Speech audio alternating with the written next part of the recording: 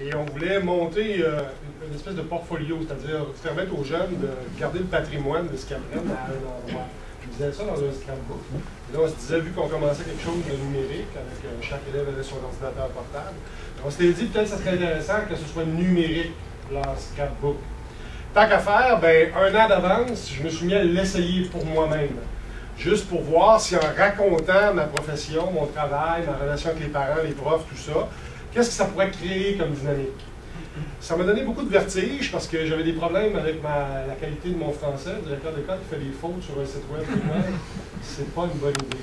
Alors, pour moi, personnellement, c'est que ça m'a fait prendre conscience, même si quand j'ai commencé, j'avais déjà une bonne vingtaine d'années de carrière de commencer, ça m'a fait prendre conscience qu'à montrer qui on est véritablement, à raconter ses histoires, à parler de qui on est, à faire en sorte, dans le fond, qu'on développe sur Internet une forme d'identité la plus proche possible de celle qu'on est dans la vie de tous les jours, bien, ça fidélise les gens dans leur relation, puis surtout, ça te met vraiment là, plus pointu sur ce que tu veux dans la vie. Ça te focus.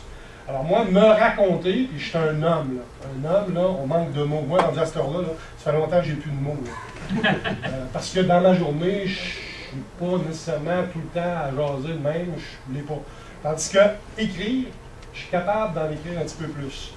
Alors, le fait de me raconter, les gens ont eu accès à des choses que je pensais que j'ai jamais dit dans ma vie.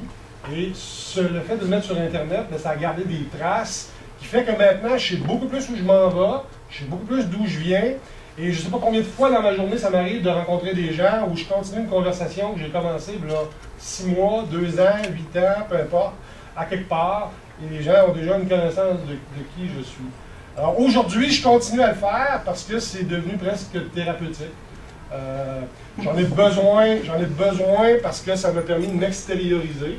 Mais d'autres personnes, ça va être pour d'autres raisons. C'est ça qui est le fun avec les blogs, c'est que chacun trouve l'harmonique, hein, trouve un peu c'est quoi le filon qui fait que lui il s'essaye. Et je trouve que Danny là-dessus a bien passé le message. Il n'y en a pas de bonne réponse à cette question-là. Chacun a le droit d'avoir une raison pour laquelle. Par contre, une chose, c'est que le web, c'est pas une mode passagère.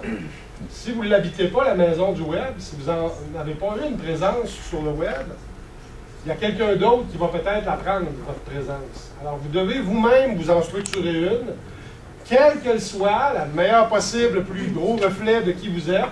Idéalement, c'est quand dans ce temps-là, ça marche bien, là, quand ça vous ressemble sur le web, puis ça vous ressemble en vraie vie, puis ça colle ensemble, c'est pas pire. Mais c'est intéressant de s'en donner une présence sur le web. Ne serait-ce que parce que les jeunes de 15 ans et moins, là, eux autres, ils ont compris ça intuitivement. Et ça va être dans vos entreprises bientôt, ça va être dans vos clients bientôt. C'est comme ça qu'ils vont vous reconnaître. Je veux dire, les jeunes aujourd'hui, là, ils vous cherchent, ils veulent savoir qui vous êtes. Même si vous êtes juste ma tante ou mon oncle, ils mettent votre nom dans Google, ils vont vérifier si vous avez une trace. Et si vous n'en avez pas de trace, vous commencez à être louche. François?